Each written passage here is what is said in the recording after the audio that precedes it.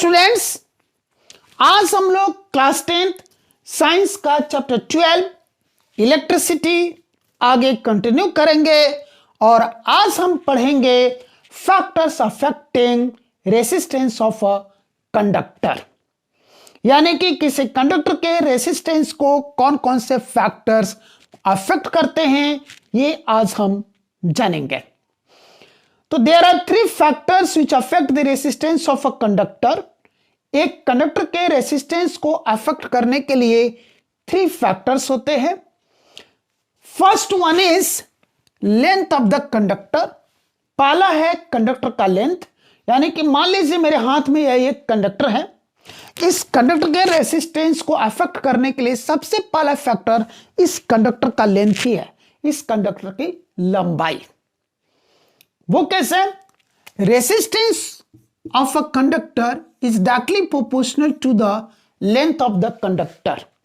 It means resistance of a conductor increases with increase in its length and resistance of a conductor decreases with decrease in its length. Means एक conductor का जो resistance होता है उसके length के बढ़ने से बढ़ जाता है और कंडक्टर का जो रेसिस्टेंस है उसके लेंथ के घटने से घट जाता है। कहने का अर्थ है कंडक्टर जितना अधिक लंबा होगा उसका रेसिस्टेंस उतना ही अधिक होगा, कंडक्टर जितना छोटा होगा उसका रेसिस्टेंस उतना ही कम होगा। तो अगर आप कहीं पे रेसिस्टेंस बढ़ाना चाहते हैं तो सिंपली सी बात है, आपको कंडक्टर की लंबाई बढ़ानी पड़ेगी, और अगर रेसिस्टेंस घटाना चाहते हैं तो आपको कंडक्टर की लेंथ घटानी पड़ेगी। ये हो गया फर्स्ट स्टेटमेंट। देन हम देखते हैं सेकंड जो फैक्टर है वो है cross section area of the conductor, यानी कि जिस कंडक्टर की बात हम कर रहे हैं उस कंडक्टर का क्रॉस सेक्शन एरिया क्या है।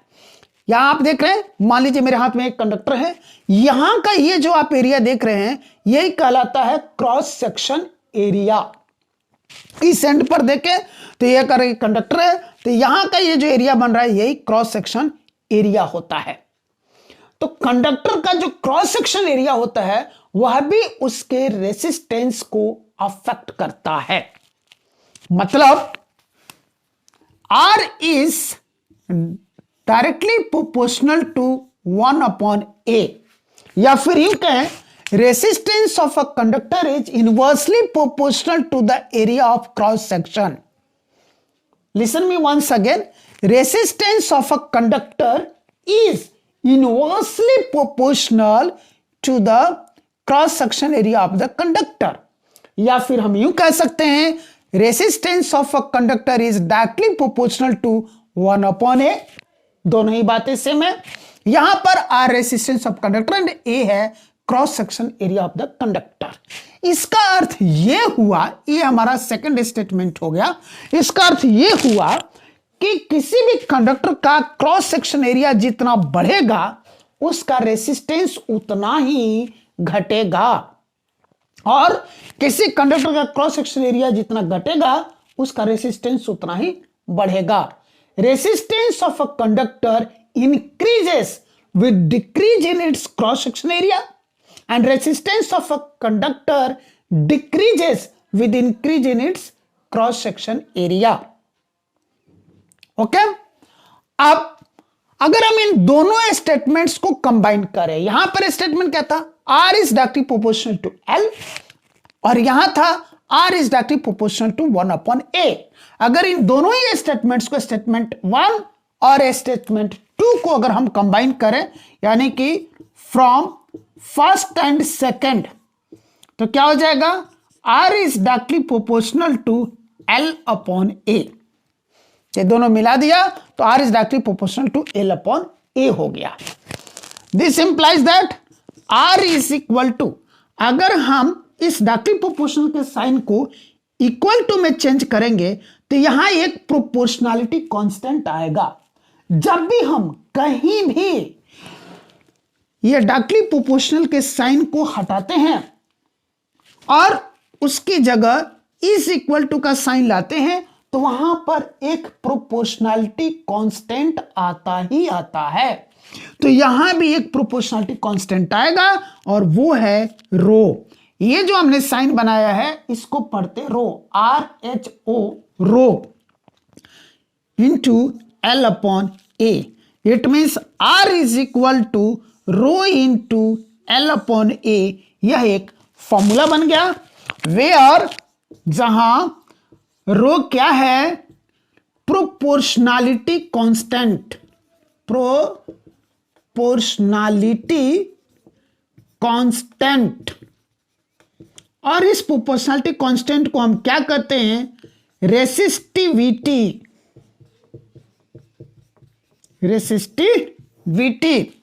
और ये जो रेसिस्टिविटी है ये डिपेंड करती है on the nature of material of the conductor, यानी कि कंडक्टर किस मटेरियल का बना है, उस मटेरियल का नेचर कैसा है उसके ऊपर डिपेंड करेगा ये रो, यानी कि रेसिस्टिविटी। बात समझ में आ रही है?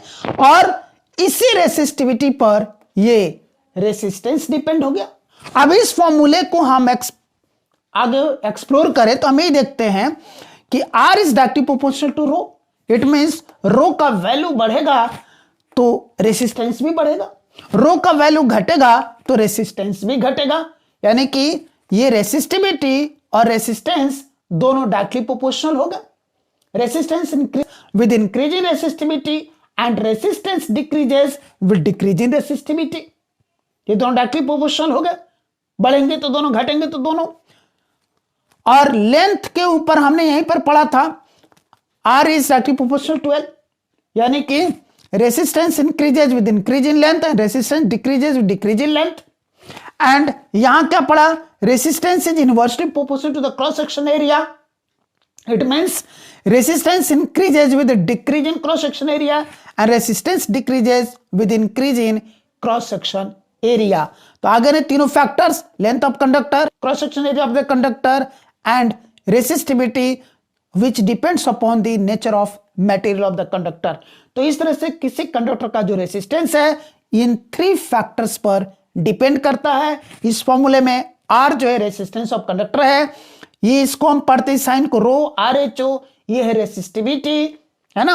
और ये रेसिस्टिविटी डिपेंड करते हैं nature of matter of the conductor पर। L for length of the conductor है and A for cross section area of the conductor है।